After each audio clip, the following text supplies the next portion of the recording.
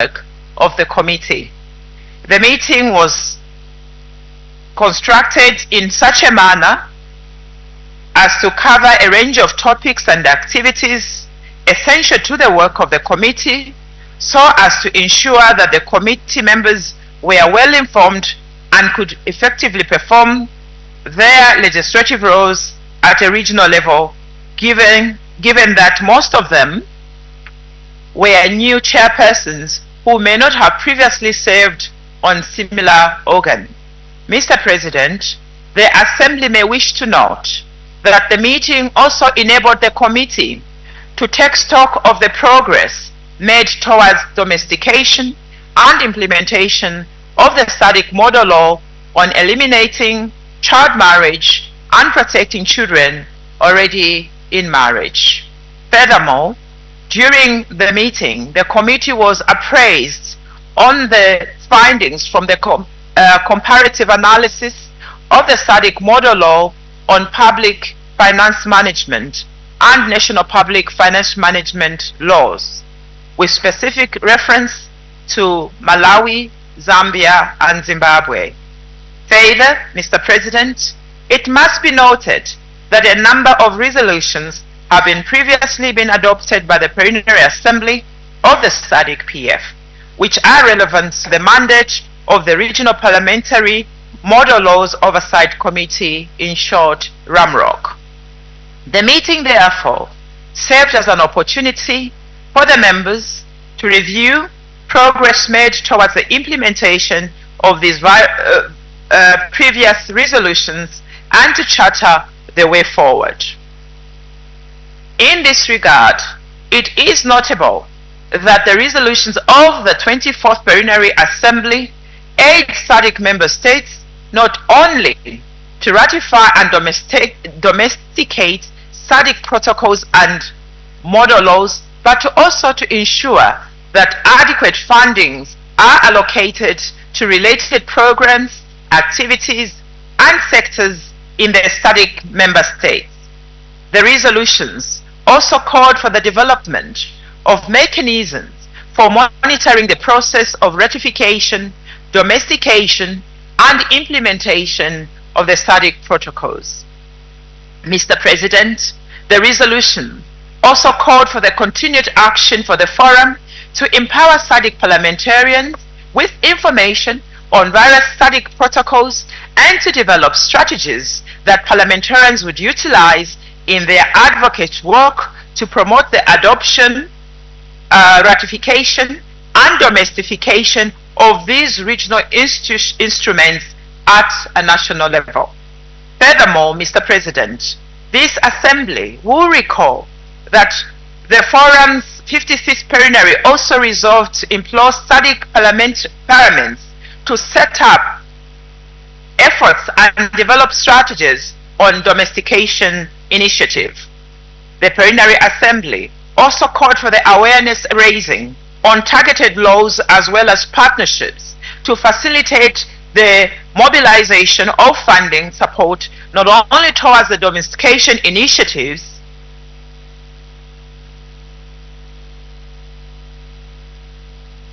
also towards strengthening the capacity of the members of parliament in carrying out their oversight mandate. Mr. President, during the meeting, we also noted that SADC member states, as members of the African Union and the United Nations, are required to report regularly on the progress made towards domestication and implementation of commitments under these frameworks. This is done through collapse in reviewing the domestication efforts on the model law on child marriage. The committee noted that child marriage remains a major problem in Southern Africa, especially given that Malawi and Mozambique are among 10 countries in the world with the highest rate of child marriage, with over 50% of the children are married before the age or by the age of 18 years. Before, I guess. In addition, in at least 5 SADC countries, almost 40% of the children are married before the age of 18. I wish we had these countries named, just like we have named the other two. The high levels of child marriage are due to various factors, including poverty, gender inequality, traditions, insecurities, especially in times of conflict, limited education, and lack of adequate legal framework in member states. Mr. President, it is gratifying that several SADC member states, namely Mozambique, Malawi, South Africa, Zambia, and Zimbabwe, have recorded positive strides in domesticating the model law on eradicating child marriage and protecting children already in marriage, as elucidated in the committee's report. It is nevertheless worrisome that the efforts to domesticate this model law have been riddled with a lot of challenges. These include a few, but the following: inconsistent legal framework due to conflict provisions, slow progress on consultations on ending child marriage, and insufficient understanding of the issue by the policymakers, among others. Mr. President, and indeed to this august House, as regards to the comparative study on the SADC law on public financial management, PFM, the committee noted the recommendations of the comparative study to address the gaps identified within the respective national public finance management legislation, especially regarding to the high levels of debts in the 3 member states, the need for effective revenue collection, the control of illicit financial flows, the need for enhanced oversight by Parliament and the Auditor General on public finance management in these very mentioned member states. Mr. President, and indeed to my fellow colleagues and our speakers in the House, in expressing this concern about the slow pace of domesticating of model laws, the committee makes several recommendations, including calling for enhanced capacity building efforts targeted at the SADC parliamentarians beyond the SADC PF delegation. Such capacity building should focus on the need for domestication of SADC model laws and seek to collaborative partnership which will facilitate the rollout of the implementation of initiatives such as the scorecard on the model law on PFM to the other member states. Mr. President, the committee in its report also emphasized the need to develop a structured reporting mechanism anchored on a system of focal points residents in the member parliaments, so as to ensure regular updates for the forum on the progress being made. Through these focal points, the forum should establish linkages with the existing countries' reporting mechanism under SADC, the African Union, the UN, in order to foster regular reports on domestication of model laws. Let me conclude by expressing the committee's gratitude to the Secretary General and her staff of the forum for the tremendous work which it rendered during the coming up of this report. Furthermore, the committee wishes to express to various partners who have rendered valuable inputs which help to shape the report before this very important August House of the Plenary Assembly today. Allow me, therefore, Mr. President, to seize this moment to call upon the 56th Plenary Assembly to favorably consider the adoption of the report of the Regional Parliamentarian Oversight Model Law Committee, RAMROC, which I have presented before this Assembly today. I therefore, Mr. President, beg to move.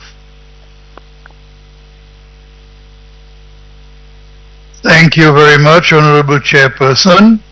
I will now give the floor to the seconder, the Honorable Philippus Catamelo, Vice Chairperson, to address in secondment. Thank you, Mr. President. In seconding this motion, So moved by the most formidable lady of substance, Princess Kasome. Allow me to remind this august house that the model laws are significant because they are designed to assist member states to reform, modernize, and harmonize their laws for the benefit of the citizenry. As persuasive and inspirational instruments, model laws are intended not only to help foster debate and keep an issue alive on the agenda, but also to be a guide to stakeholders, including legislators. In terms of this content, it is significant that a model law is not developed in vacuum, but is a melting pot of all ideals to which the member states have committed themselves at regional, continental, and international levels about a particular subject of concern. In this regard, the model law takes into account particular features and needs of the region, enhances legal certainty and predictability, promotes regional integration through harmonization, collective action, and common approach, whether substantively and procedurally, in tackling regional challenges. Model laws can therefore have a positive impact on the resolution of challenges in all sectors, including energy, food and agriculture, climate change, mining policy, non-communicable diseases, access to ICT, water and sanitation, but to mention a few. In this regard, the domestication of such instrument is critical in order for the citizens to enjoy the benefits envisaged under these instruments. Furthermore, through the domestication of model laws and the attainment of SADC regional agenda can be accelerated. Your Excellency, Mr. President, this assembly will be chaired to know that the forum continues to be forward-looking and robust in advocating for the collective action to be taken on various regional challenges. In this regard, the Regional Parliamentary Model Laws Oversight Committee noted with approval the plenary assembly has granted approval in principle for the development of the following modern laws: prison oversight, mining, strategic and sensitive assets, constitutionalism, and the rule of law.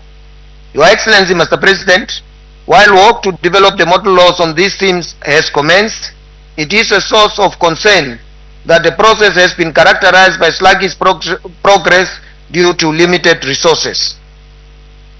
Furthermore, Mr. President, since the Regional Model Law Oversight Committee is mandated to be a primary monitor of domestication on behalf of the Forum, I wish to reiterate the members' unwavering commitment to performing these statutory duties diligently and consistently in the interests of the citizens of SADC.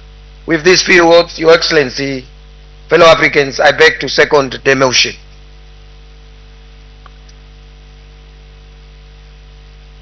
Thank you, Honourable Member, seconding the motion. The motion will now be open for debate on the floor, and I will ask members who wish to intervene, please raise your country name tag.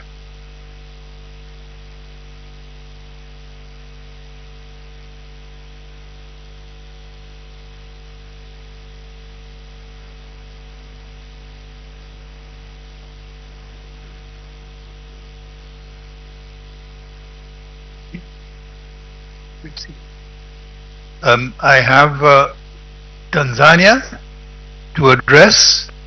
Honourable Member, you have the floor.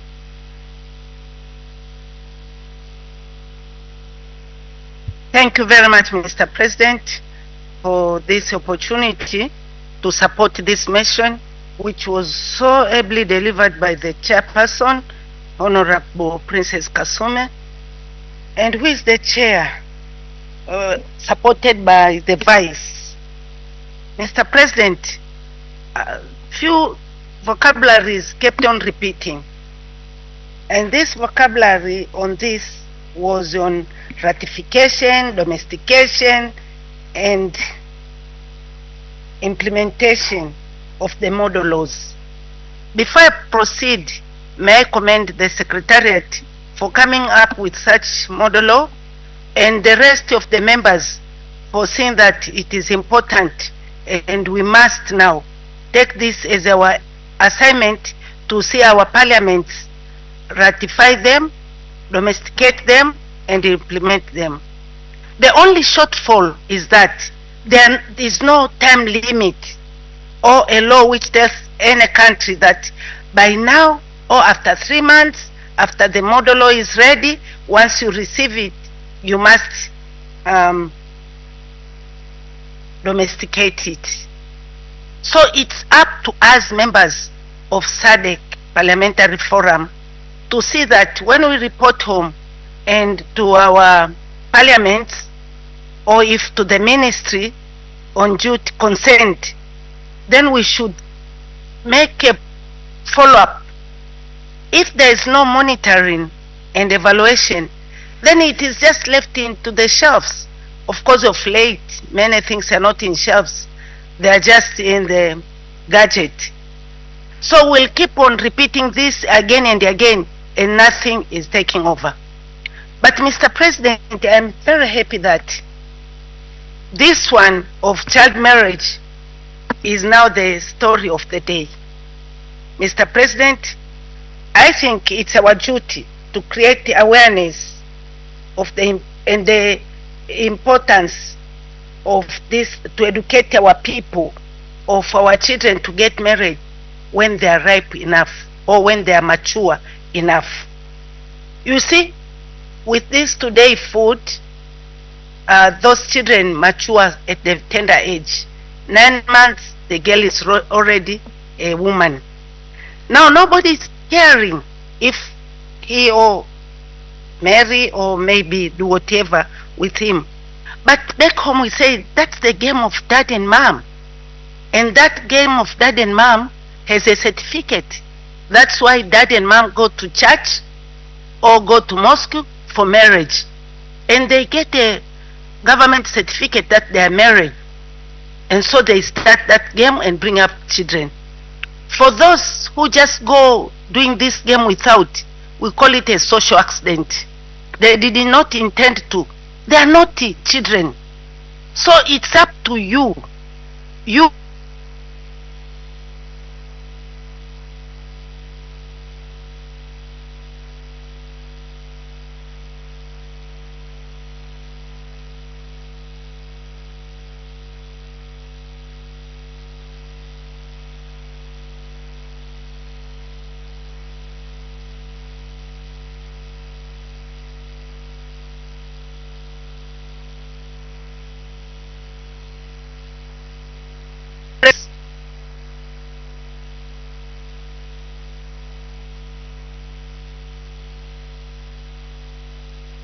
Recording in progress.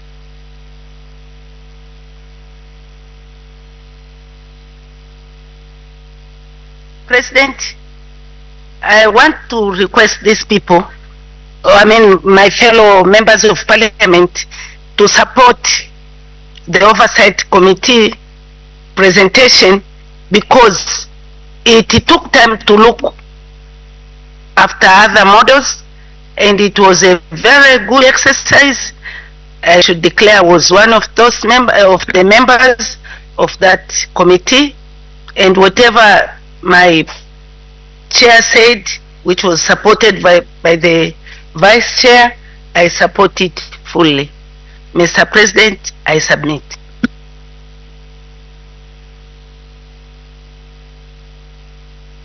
Thank you very much, Honourable Member. The member from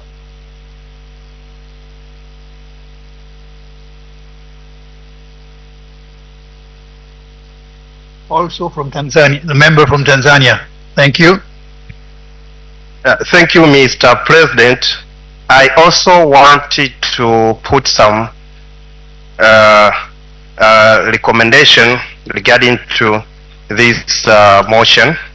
As Madam Charles said, that sometime we prepare and produce very good model laws, not necessarily this law on table, but we have been produced a lot of model laws, but some of them they end up into shelf without be domesticated in our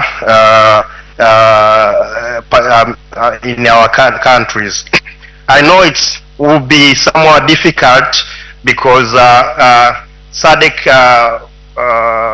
parliament is not yet a full parliament. I think when we become a full parliament now, those laws that we produce will be enforceable in our country. But for meantime, what I will advise, I mean, between today and before we become a full parliament, when we produce that good model, and I will suggest when we look for the fund to prepare the models, I think we should extend the fund so that at least after prepare the model to provide education countries, so that every country will be aware that there is a model which has been produced by SADC PF and they can be used in a various legislation process. So that is what I wanted to say. Before we become full parliament, before our model to be enforceable in our particular country, we should find the way to communicate what we have produced in our SADC PF. Thank you, Mr. President. Thank you, Honorable Member. Do we have other members to address? No, we don't. Therefore, we will conclude with debate and call on the mover of the motion to reply to the debate. Thank you, Mr. President. I want to first of all acknowledge all the chairpersons from the different committees, because they are the one who constitute the Ramrock Committee, which is an oversight committee. To all the chairpersons of the different committees within SADC PF, we say congratulations to your positions, but also job well done. I also just want to thank, of course, my vice chairperson, Philippus Catamelo, who seconded the motion very well and indeed took time to highlight some of the points or the emphasis on what was left out when moving the motion. For the two honorable members that have contributed, I want to appreciate Honorable Sherry Raymond of Tanzania for really challenging us and reminding all of us that as long as there's no time frame when we talk about domestication, ramification, as well as the implementation of these model laws, it will forever take time. Someone actually did indicate that the model law on eradicating child marriage and protecting children already in these early child marriages was done in Lesotho, I stand to be corrected, which is about 10 years ago. And here we are today in Livingstone, the capital city, the tourism capital city here in Zambia. We are still talking about child marriage being very rampant in Southern Africa, especially in the SADC region, but also we still don't have much progress. And so to those countries that have progressed or shown some strides, we say thank you. But again, the work still remains. Lastly, my other colleague from Tanzania as well, who talked about the importance of not only passing these model laws, but to ensure that there is some kind of funding as it relates to awareness raising in our different parliaments. And his concern, Mr. President, was that many of the times these model laws are passed, but they are not even well known to the public. And sometimes even within us as members of parliament, away from maybe those of us who may be members of the SADC Parliamentarian Forum. I think that went on to enhance the report, which talked about having focal points within the regional the residential parliaments, so that those can be reporting on the progress to SADC Parliamentary Forum. I think with those observations and appreciations from those that contributed, I want to say thank you so much for supporting this motion, which has been presented by myself on behalf of the Ramrock Committee, which is an oversight committee. I submit.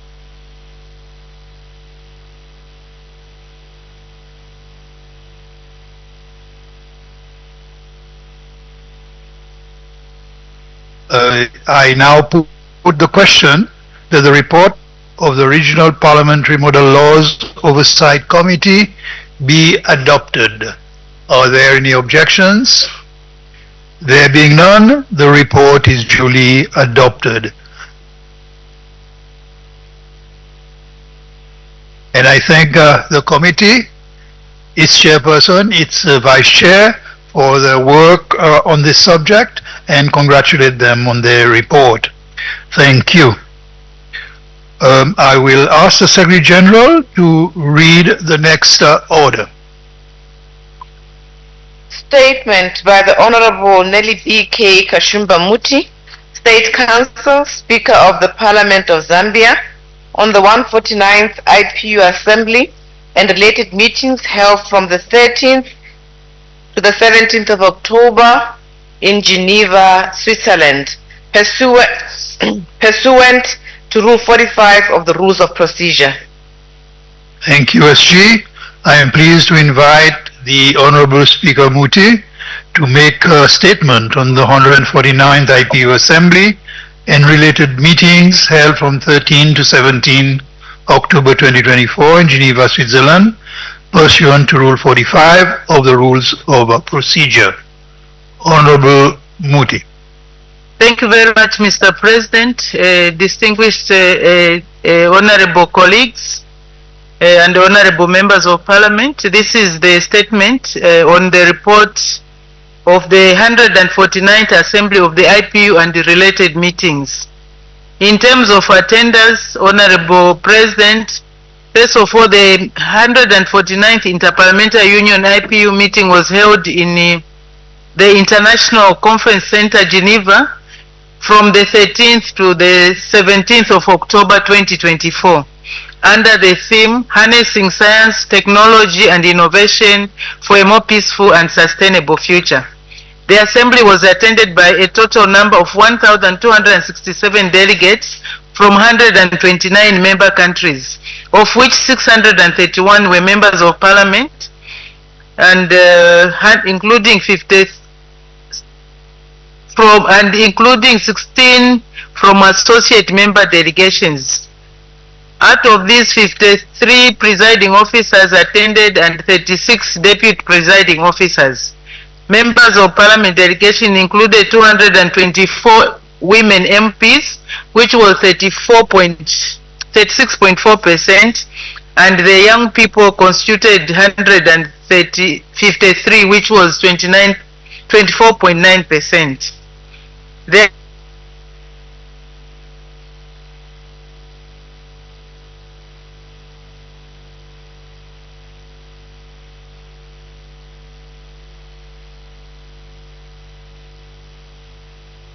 Course done by none other than our very own President, Dr. Tulia Ackson, who opened the assembly on the 13th of October 2024.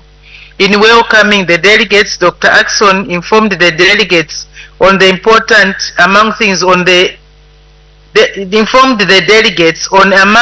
the importance of harnessing science, technology and innovation for the greater good of raising and addressing profound ethical, security and societal changes. Mr. Chongong, Secretary General of IPU, in his address informed the gathering that the assembly was being held at a time when the world was having a lot of disputes, conflicts and crises.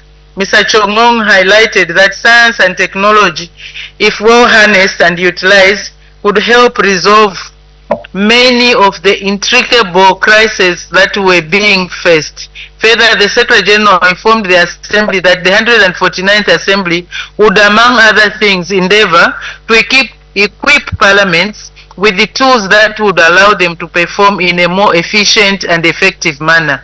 He highlighted that some of the tools will include the launching of the 8th edition of the biannual World e-Parliament report, which was the compendium and review of how parliaments were using new technologies to improve upon their working methods. Other speakers who addressed the assembly included Mr. Dick Garden, President of the Board of the Forum of Young Parliamentarians, Ms. Lopez, President of the Bureau of and Mr. Picard explorer and technology pioneer who attended as a special guest. The Assembly received 6 items on the debate on the emergency item.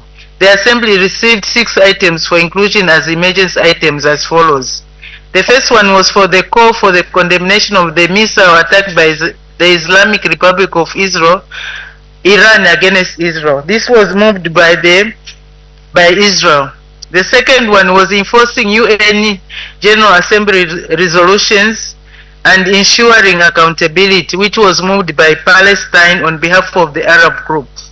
The third was response by parliamentarians to the urgent plea by the UN Secretary General to recommit to multilateralism for global peace, justice and sustainability, which was moved by France, United Kingdom, Germany, Netherlands and Canada.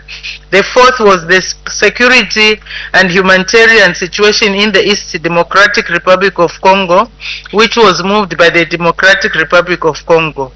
The fifth was mobilizing parliamentarians for the protection of children in armed conflict to avoid risk, suffering and consequences, which was moved by Argentina, Chile, Peru, Mexico, Brazil and Guyana. And the last one, which is number 6, was the deteriorating humanitarian situation in Gaza and Lebanon, which was moved by the Islamic Republic of Iran. Before considering the emergency item, both Israel and the Islamic Republic of Iran withdrew their proposals. After the vote, 2 joint proposals received the required 2/3 majority of the vote. The proposal from France and the United Kingdom, Germany, Netherlands and Canada, and the proposal from Argentina, Chile, Peru, Mexico, Brazil and Guyana. In accordance with Rule 11.2b of the Assembly, the emergency item, which received the largest number of positive votes, was adopted and added on the agenda. Outcomes of the 214th Governing Council meeting. Activity report by the President. The Governing Council received a detailed report on the activities of the IPU President over the period since the last Assembly. These activities, in the form of working visits and online contributions, were focused on achieving 8 aims, namely supporting conflict-affected regions, engaging in diplomatic efforts in the Middle East, enhancing parliamentary innovation, promoting youth and gender participation, fostering global parliamentary diplomacy, and upholding IPU values, addressing urgent global issues, strengthening parliamentary cooperation, and driving initiatives on digital transformation and artificial intelligence. The report by the Secretary General on the activities of the whole IPU in 2024.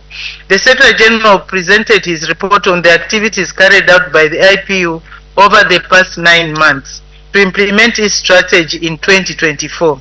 He also presented a review of activities carried out under the IPU's 5 strategic objectives, with a special attention to the support provided to parliaments in transition and parliaments from the small island developing states, as well as to efforts for achieving universal membership and implementing the IPU political projects at the UN. IPU Financial Report.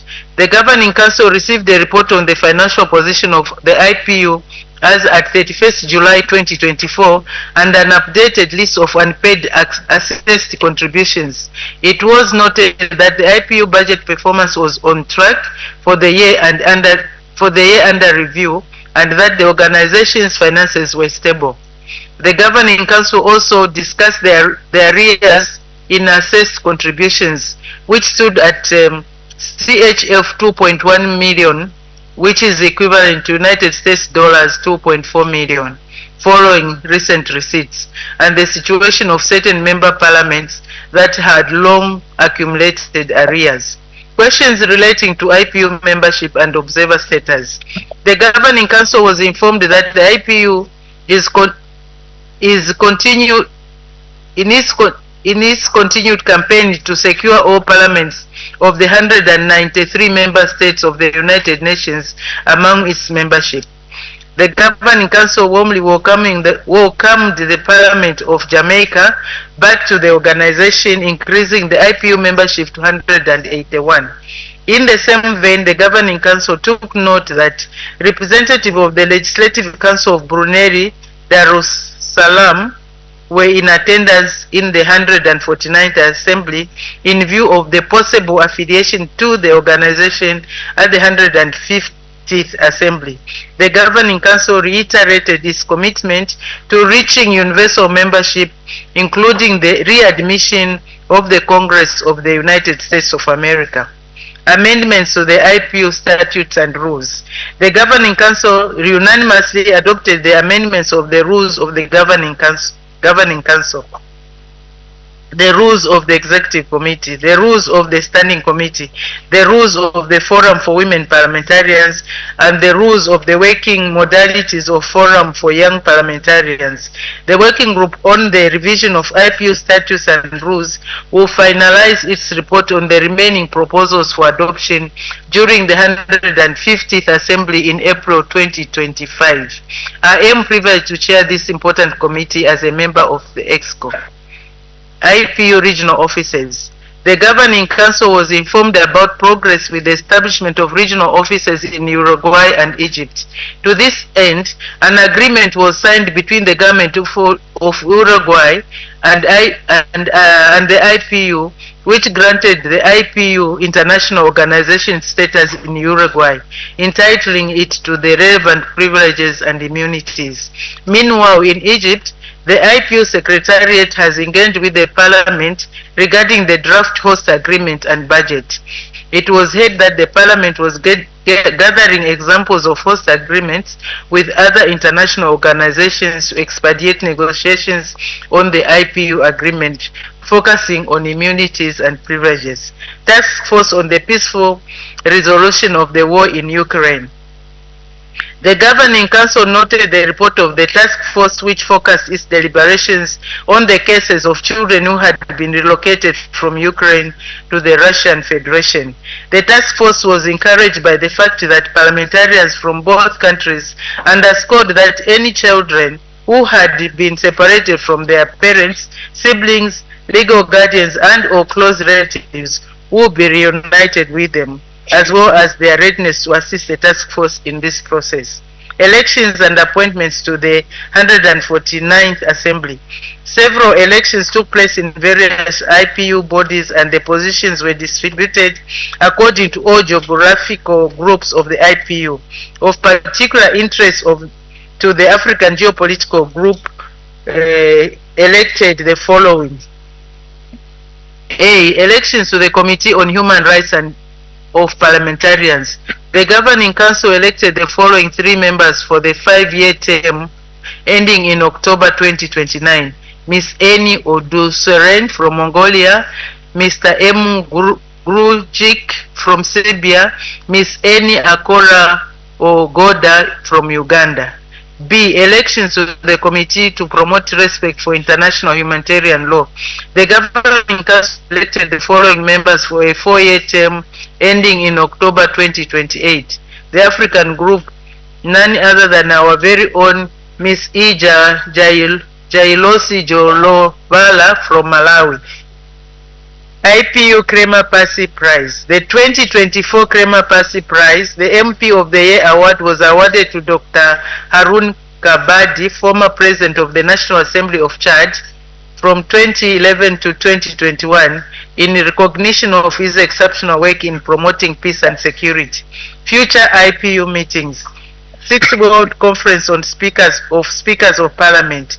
The Governing Council took note of an update on the work of the Preparatory Committee for the 6th World Conference of Speakers of Parliament.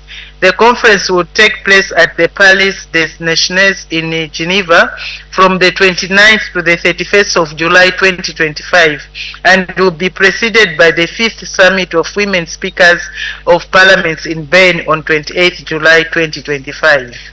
IPU Assembly and related meetings. The Governing Council approved the Executive Committee's recommendation for the hosting of the 150th IPU Assembly and the related meetings by Uzbekistan in April 2025. Role of SADC PF executive in facilitating interparliamentary cooperation and diplomacy. Before I conclude, allow me, dear colleagues, to also share some reflections on the role of the SADC PF executive at the IPU.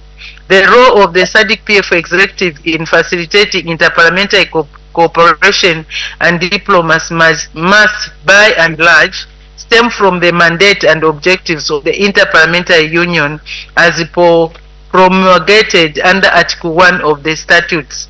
It is therefore imperative that the SADC PF Executive Committee aligns its strategy into enhancing parliamentary diplomacy through the already existing platforms established by the IPU. Some of the areas that can be used to enhance this objective include the following.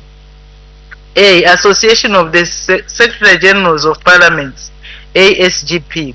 The SADC PF executive can use the ASGP to foster cooperation and diplomacy as key enablers for parliaments. The role of ASGP in most geopolitical groups is limited, and the SADC group is no exception. It is recommended that during the geopolitical meetings of the SADC group, ASGP be given an opportunity to brief the SADC PF EXCO on key aspects of the assembly meetings. B. Collaboration with key observer organizations. The IPU has a number of observer organizations that participate during the assembly and the related meetings, such as the UN systems and other organizations with interest in matters such as health, human rights, etc. The SADC PF EXCO, through the SADC PF Secretariat, can facilitate bilateral meetings with some of the organizations in order to support some of the programs being implemented by the forum in line with its strategic plan. Interaction with the standing committees of the IPU. Specialized committees of the IPU are key in addressing challenges being faced by member parliaments. Committees on the United Nations Affairs, Peace and International Security, Committee on Sustainable Development and Democracy and Human Rights are some of the standing committees that the SADC PF EXCO can be engaging in fostering strategic partnership for the SADC member parliaments. Honorable members, the following, however, have been challenges being encountered by the SADC PF in its efforts of promoting interparliamentary cooperation and diplomacy. A. The role of SADC PF Secretariat at IPU Assembly. There is need to broaden the role of SADC PF Secretariat during IPU meetings. In addition to organizing the SADC geopolitical meetings, the Secretariat should arrange other bilateral meetings for SADC PF EXCO with other geopolitical groups, observer organizations, as well as the standing committees of IPU, among other key meetings. B. The role of ASGP in SADC group. The seemingly no role of ASGP in the geopolitical group must be addressed, given the key role it plays in member parliaments. C. Delegations to SADC PF and IPU by member parliaments. One challenge I have also observed, which should be considered by member parliaments, is regarding delegations to IPU meetings and SADC PF meetings by member parliaments. With the exception of speakers and clerks, most member parliaments, if not all, have different members of parliament in their delegations for the two meetings, including desk officers. This has somewhat affected the link between the SADC PF and IPU. There is need for the EXCO to reflect on this matter so that deliberate steps are taken to have some members of parliament and desk officers on SADC PF Executive Committee to be part of the IPU delegation when constituting delegations. Currently,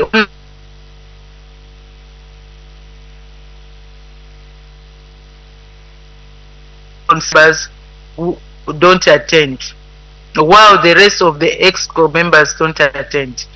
In conclusion, honorable members, allow me to take this opportunity to thank all to thank you all and assure you all of my continued effective representation to the IPU Exco as a representative of the SADC geopolitical group and by extension the Africa geopolitical group.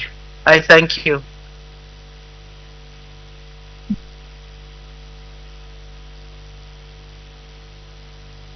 Honorable Speaker Muti, I think I speak for all the members of our forum to thank you for the statement and for your representation of the forum in the IPU.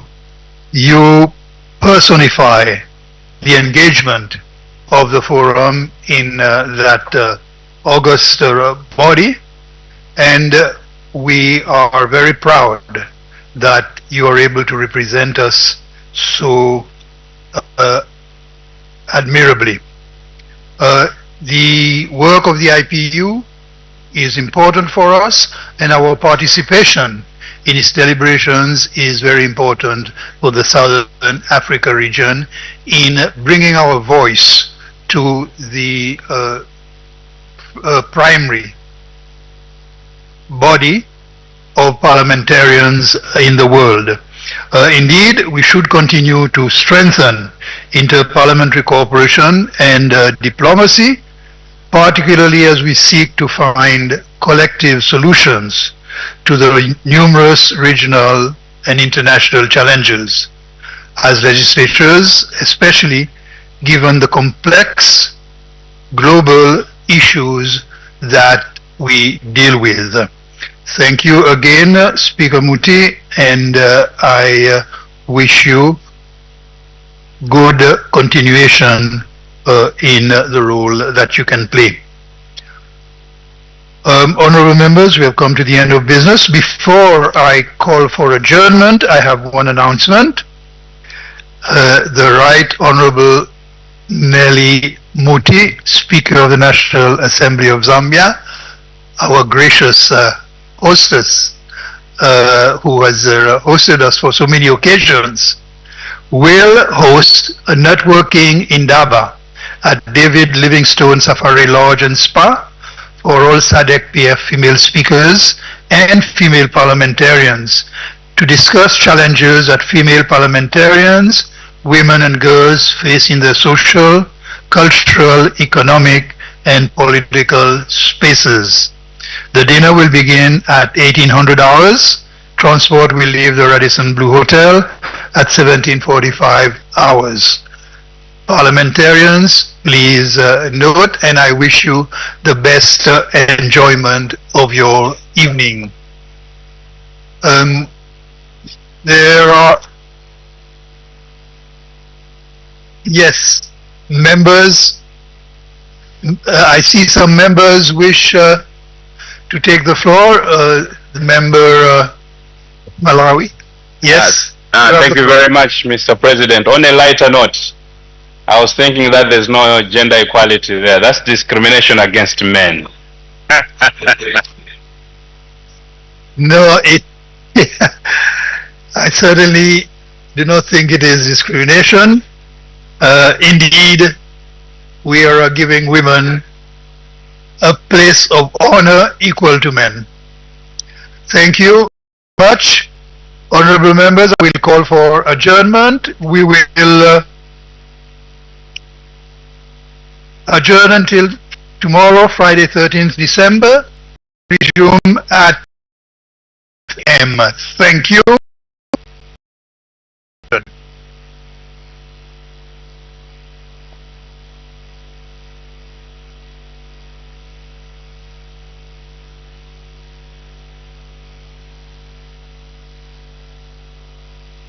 Oh, there you have it. Today's program comes to an end after presentation of the last report by Speaker Mureli Kashumba Muti, State Council MP FAPRA, and she just made that statement to conclude today's until tomorrow.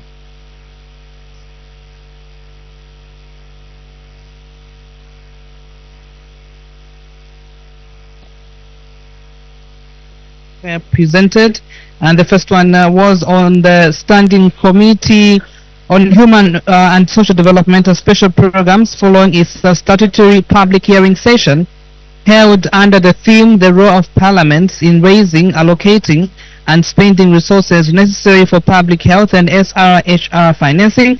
It was moved by Honorable Mope Nkati, who is the chairperson, and the seconder was Honorable Lynette Karienyi of Zimbabwe, and this report was duly adopted. Right, the other report was moved by, this is a committee, rather, the report of the Standing Committee on Democratization, Governance and Human Rights, and this was following its statutory public hearing session that was held under the theme Leveraging the Role of SADC Parliamentary Forum in Facilitating Citizen Participation in SADC region, Regional Integration for Enhanced Accountability and Inclusive Socio-Economic Development and Cohesion, motion that was moved by Honorable Leonard Mwalwanda and also seconded by Honorable Sophie Ratrika from Madagascar, who did that secondment virtually. We did see Honorable Ruth Mendes move a motion that was seconded by Honorable Alfred Kimia, the Vice Chairperson, that consideration of the report of the Standing Committee on Trade, Industry, Finance and Investment following its statutory public hearing session held under the theme Leveraging the Role of SADC Parliamentary Forum in Facilitating Citizen Participation in SADC Regional Integration for Enhanced Accountability and Inclusive Social Economic Development and Cohesion, and this report was equally adopted. Honorable Philippus Katemelo moved a motion to adopt the report of the Standing Committee on Food, Agriculture, Natural Resources and Climate Action following its statutory public hearing session that was held under the theme Leveraging the Role of SADC Parliamentary Forum in Facilitating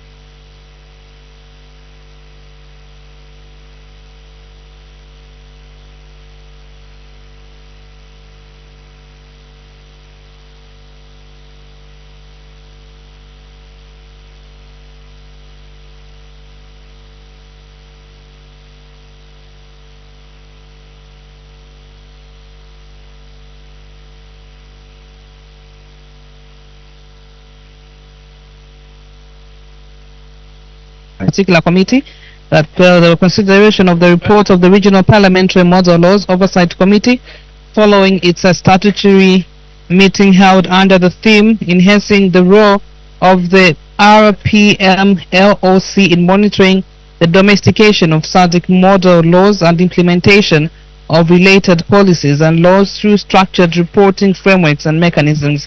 A look at the domestication of the Sindai Framework for Disaster Risk Management, and this report was duly adopted. And closing business is a statement that has been presented by Honorable Nelly B.K. Muti, State Council Speaker of the National Assembly of Zambia, on the 149th IPU Assembly and other related meetings that were held from 13th to 17th October 2024 in Geneva, Switzerland, pursuant to Rule 45 of the Rules of Procedure. So that's the business that was considered on the floor of the House. Of course, later, starting at 17:30, there's going to be a side dinner that will be hosted by the Right Honorable Miss Nelly Muti, State Council MP plus Speaker of the National Assembly of Zambia. She will host a networking dinner in Daba for all SADC PF female speakers and parliamentarians to discuss challenges that female parliamentarians and women and girls face in their social, cultural, economic and political spaces. Right, so that brings to the end of today's program for now until tomorrow at 09 hours. I hope that you have equally been learning one or two things on how the region intends to integrate and so make that this region becomes a good region rather to live, and making good policies for its people, and through integration and collaboration these policies are yet to be domesticated so that the policies benefit the people in the region. Right, would like to thank you for your time. Be sure to join us tomorrow at 9 hours. From me, Claudette Sindaza Jonga, and my colleague Julius Musumali, it's bye-bye and pleasant viewing.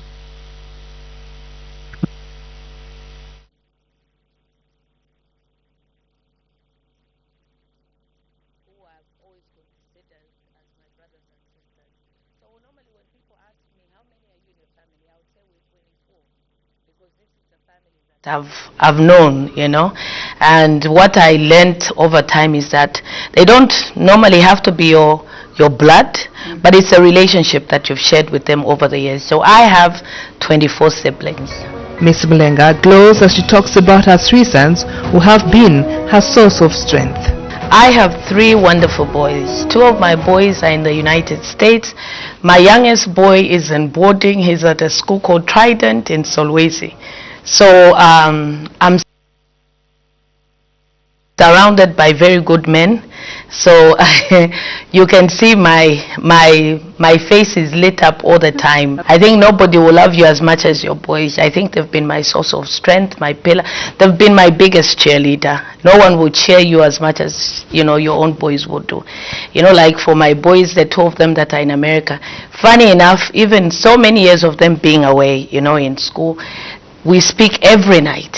Every night, every night we speak, you know, and they're just awesome, and they're my source of strength. They make me work harder, and the more they cheer me, the more I try harder. The late 5th President, Mr. Michael Chilufya Sata, inspired her to join politics as she